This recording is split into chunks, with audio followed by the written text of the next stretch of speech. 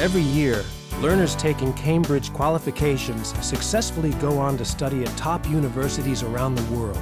Cambridge provides high-quality international qualifications to over 9,000 schools in 160 countries. More than 450 institutions across the United States of America recognize Cambridge qualifications and accept Cambridge learners on undergraduate courses on their campus. Well, MIT finds that the Cambridge qualifications are really excellent preparation for our school. The students who arrive on our campus, having studied the Cambridge program, do extremely well. They've got a good breadth of knowledge, and also they've studied certain subjects in sufficient depth that they have real understanding.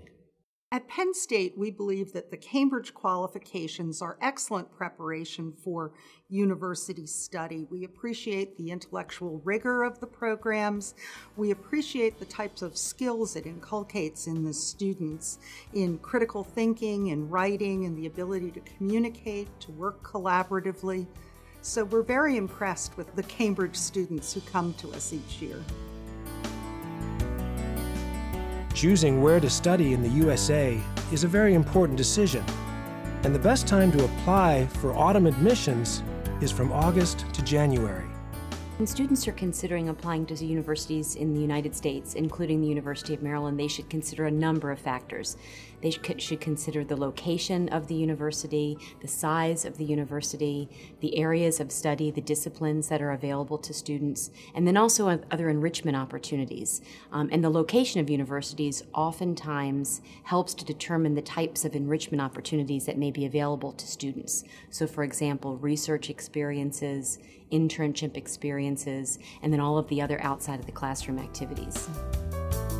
I just applied to U.S. University because I get the chance to meet people from different cultural backgrounds. It's a very diverse country, and improve my skills and improve my knowledge. I spent about 3 or 4 months filling out my application form. There are a lot of aspects that the admissions officers are looking for. All U.S. universities require learners to fill out an admissions form.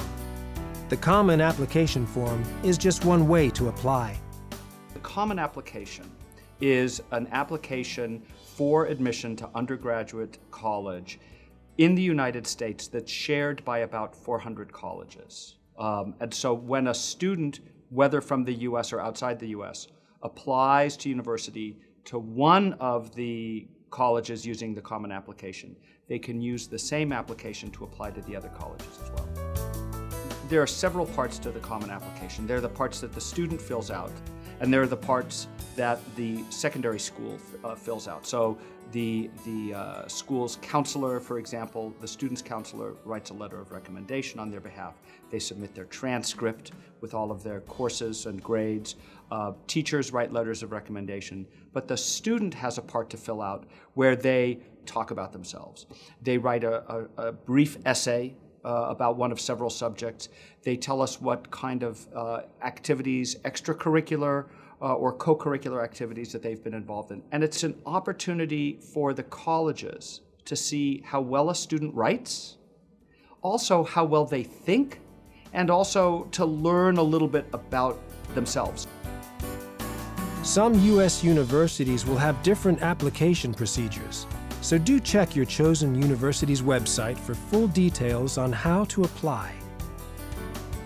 At MIT, we are looking for students that have some deep interest in science and technology in some way, and also students who are academically very, very strong, and students beyond that who have some level of energy and initiative and real enthusiasm for the subjects that they're studying. When I think about students coming from other countries applying to U.S. universities, one of the more important things to note is just the timing, paying very close attention to deadlines. Typically students apply in their final year of secondary education, but earlier than they might in applying to other countries for higher education study. Typically early in the fall semesters when application deadlines begin, and so the process starts a little bit sooner. So if students are ready earlier, then they've overcome whatever challenge I believe that may occur. U.S. universities often require learners to sit an admissions test, either the SAT or the ACT. Check on your chosen university's website to find out the exact testing requirements.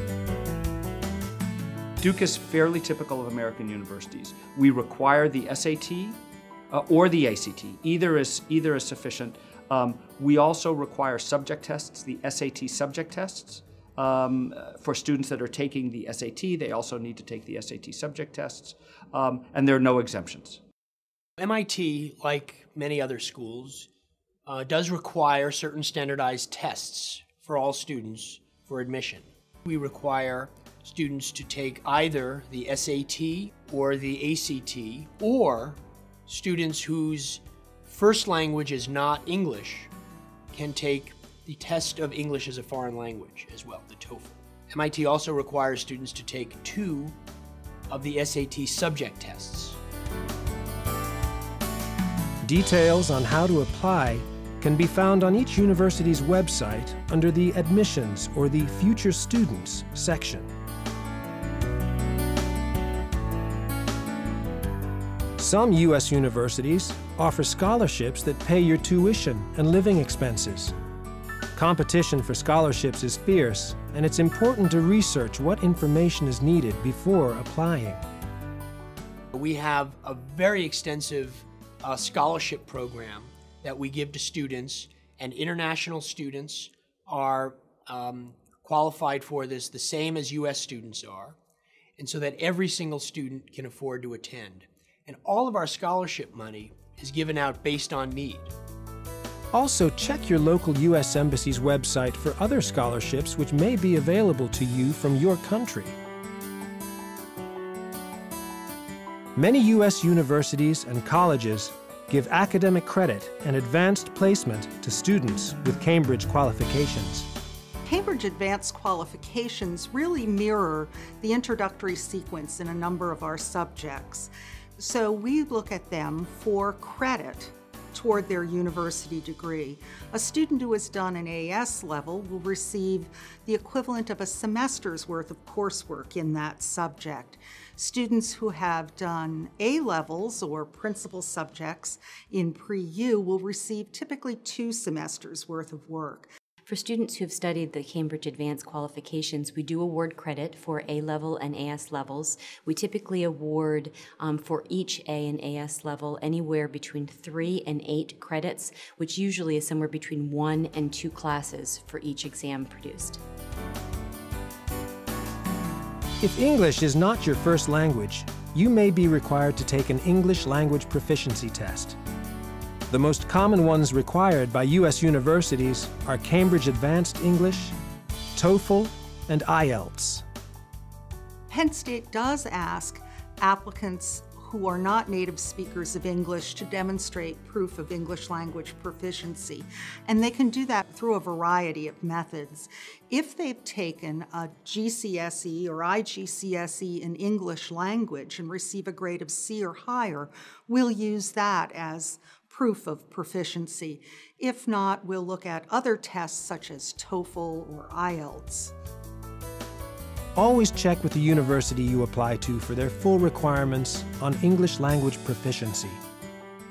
Many U.S. universities are very familiar with Cambridge qualifications and show some preference for students who've taken rigorous coursework while in secondary school.